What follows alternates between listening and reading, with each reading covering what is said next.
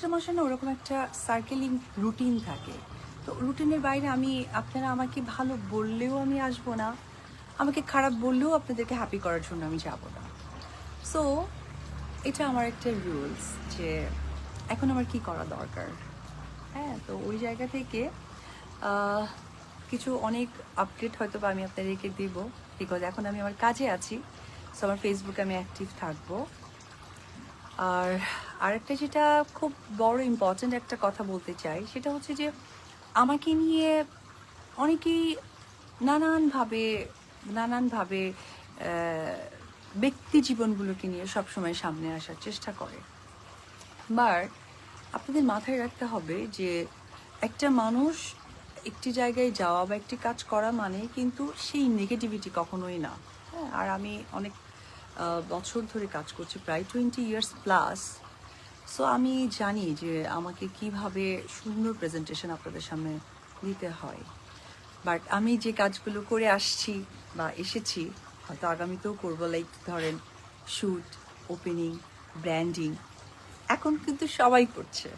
হ্যাঁ, সো অনেক বেশি প্রাউড ফিল হয় যে অ্যাজ এ অপু বিশ্বাস কোনো একটা কাজ করছে বা করে এসেছে, যেটা নিয়ে খুব বেশি গসিপ হতো, সেটা কিন্তু সকলেই করছে। এবং সামটাইম দেখা যায় যে আমি যেমন ক্যামেরার সামনে এঙ্গেজ করার জন্য কিছু হয়তো ওভার অ্যাক্টিভ করতাম, অ্যাক্টিভিটি করতাম, অ্যাক্টিং করতাম, সেটাও কিন্তু আসতো। সো এনিওয়েজ, ওভারঅল মেনে আজকের আড্ডাটা আমার খুবই ভালো লাগছে। আর কমেন্টস পড়তে পারছি না, কমেন্টস পড়তে হবে, অনেক রোদ্দুর। আমি আমার রুমের পাশেই বসে আছি, বের হব একটু, যেহেতু সন্ধ্যায়। এখন আমি একটু সবাই, হ্যাঁ, আপনার ভক্তদেরকে নিয়ে কিছু বলেন। অনেকেই রিকোয়েস্ট করছে ভক্তদেরকে নিয়ে। আচ্ছা, ঠিক আছে। আচ্ছা, আমার ভক্তদের উদ্দেশ্যে আমি বলবো যে আসলে তোমরা বা আপনারা যারাই আমাকে ভালোবাসেন, এই ভালোবাসাটা রেখে দিবেন। একটা শিল্পী আসলে সবসময় তার কাজ দিয়ে বেঁচে থাকে তা না, কাজের মধ্য দিয়ে বেঁচে থাকে, এটা মাথায় রাখবেন।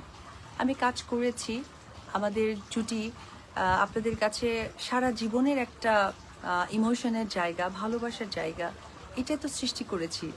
সো আমার ভক্তরা আমাকে নিয়ে প্রচুর ফাইট করে। আমি একটি কথা এখনো এই লাইভে বলবো, ফাইট করে কিছু নেই।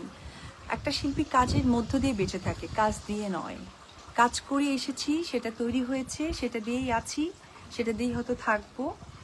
আর এটুকুই বলবো যে আমার ভক্তরা আমাকে অনেক ডেডিকেটেডলি লাভ করে।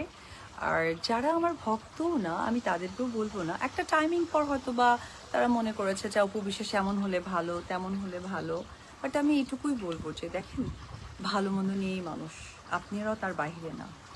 আর মন্দটা তো আসলে বাড়িতেও কিন্তু আমাকে মন্দগুলো অনেক সময় বলে দেয় যে এটা তোমার ভালো না, বা এটা এভাবে যাও, বা আজকে যেও না, আজকে এটা করো। আমি এটাকে পজিটিভভাবে নিই। তো ওভারঅল আমি সবাইকে বলবো যে যারা আমারটা দেখেছেন বা কমেন্ট করেছেন, খুব শর্ট টাইমে 2.5K, ওয়াও, খুব ভালো, সত্যি ভালো লাগছে। আর আমার এই শিকার সিনেমার জন্য অনেক দোয়া করবেন, যাতে সত্যি সিনেমাটা একটা ভালো কিছু হয়। অনেক বিজনেস করুক বা সেটা করুক, আমি এটা বলবো না, আপনাদের কাছে যেন ভালো লাগে। আর এখানে যে হিরো হিসেবে কাজ করছেন পলাশ ভাই, উনি একদমই নতুন হিরো, ওনার জন্য দোয়া করবেন।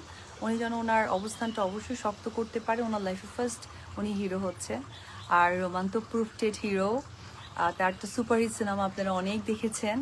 সো এবং আমার টোটাল টিম মিলে, মজার একটি কথা বলি, এইখানে 3টা টিম কাজ করছে, বাংলাদেশি, ইন্ডিয়ান অ্যান্ড নেপালি।